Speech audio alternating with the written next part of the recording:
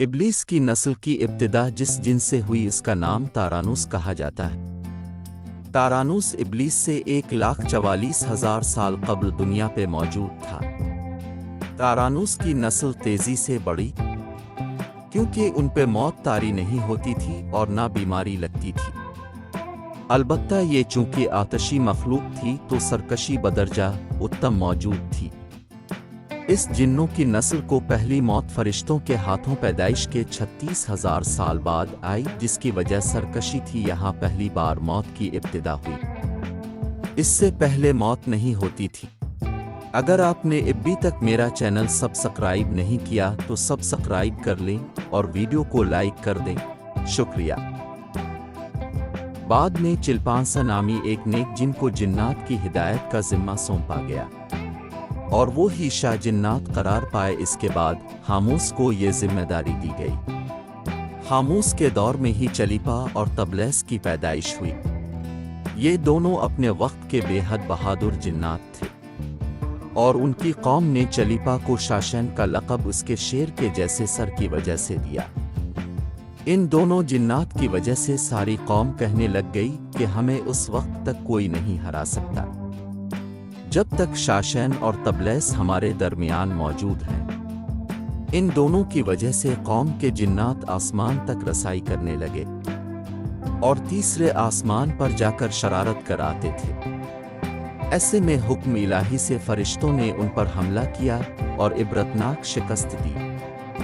इसी दौरान जब इज़राइल अलैहिस्सलाम को इब्लीस ने देखा तो सजदा में गिर गया। इब्लीस शुरू से ही एक निडर और ज़हीन बच्चा था।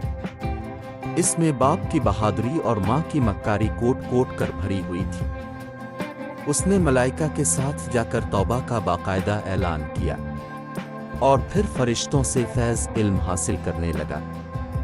इल्म हासिल करने और रियाजत का ये आलम था कि पहले आसमान पे आबिद, फिर दूसरे आसमान पर जाहिद, तीसरे आसमान पर बिलाल, चौथे आसमान पर वाली, पांचवें आसमान पर तकी और छठे आसमान पर कबाजान के नाम से मशहूर हुआ।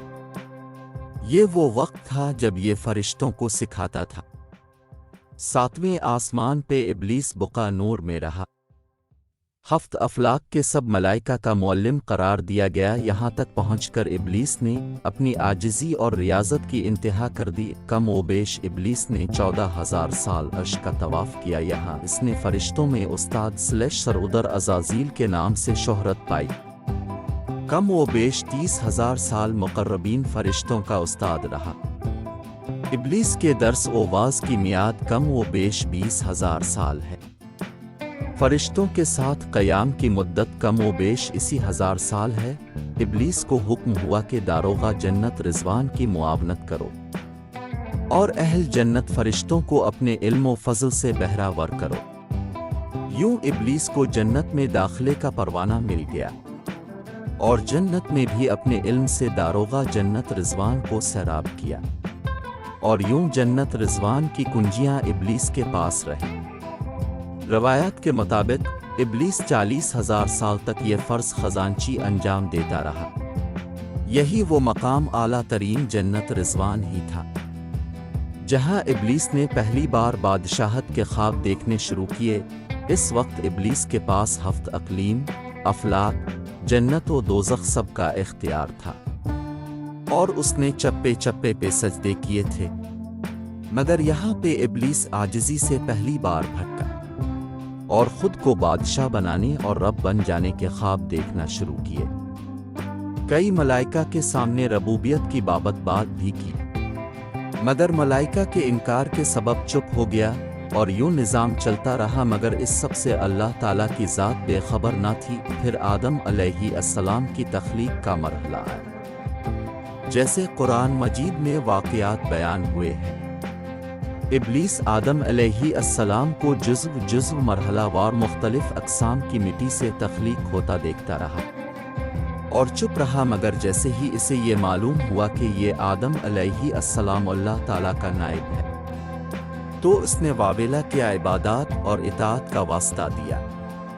फिर तंज़ किया कि मुझ जितनी इबादत किसने की है اور آدم علیہ السلام کو سجدہ کرنے سے انکاری ہوا، تب اللہ تعالیٰ نے کہا نکل جا شیطان مردود۔ لعنتی قرار پانے کے بعد ابلیس نے اپنی عبادات اور ریاضت کا رب کریم سے عوض مانگا، جس پر اللہ تعالیٰ نے ابلیس کو ایک وقت معلوم تک مہلت فراہم کی، اور جس پر ابلیس نے اولاد آدم کو صراط مستقیم سے بھٹکا کر اپنا پیروکار بنانے کا دعویٰ کیا۔ پھر جس پر رب کریم نے فرمایا کہ جو متقی اور پرہیزگار ہوں گے تو ان کو گمراہ نہیں کر پائے گا۔ ابلیس کے اس لعنتی کام میں اس کے 5 ساتھی ہیں۔ صبر اس کے اختیار میں مصیبتوں کا کاروبار ہے، جس میں لوگ ہائے واویلا کرتے ہیں، گریبان پہ اڑتی ہیں، منہ پہ تمانچے مارتے ہیں اور جاہلیت کے نعرے لگاتے تو اور یہ لوگوں کو بدی کا مرتکب کرتا ہے اور بدی کو لوگوں پہ اچھا اور پسندیدہ کر کے دکھاتا ہے۔ مسوت یہ کذب، جھوٹ اور دروغ پہ مامور ہے، جسے لوگ کان لگا کر سنیں۔ یہ انسانوں کی شکل اپنا کر ان سے ملتا ہے اور انہیں فساد برپا کرنے کی جھوٹی خبریں سناتا ہے۔ 4 دیسم یہ آدمی کے ساتھ گھر میں داخل ہوتا ہے اور گھر والوں کے عیب دکھاتا ہے اور آدمی کو گھر والوں پہ غضبناک کرتا ہے۔ 5 زکنیور یہ بازاروں کا مختار ہے، بازاروں میں یا کر یہ بددیانتی کے جھنڈے گاڑتا ہے، بازاروں میں برائیوں اور فحاشی پہ ورغلاتا ہے۔ ابلیس کا آدم علیہ السلام کو سجدے سے انکار کا جذبہ حسد تھا کہ جس نے اسے مجبور کیا کہ میری جگہ آدم خاک کو کیوں ملی۔ یہ اس کا جذبہ تکبر اور غرور تھا کہ میں اعلیٰ ہوں، اور اس ایک سجدے کے انکار کی بات نہیں تھی، بات اطاعت سے سرکشی کی تھی، شرک کی تھی۔ ابلیس نے دل میں خود کو رب مان لیا تھا۔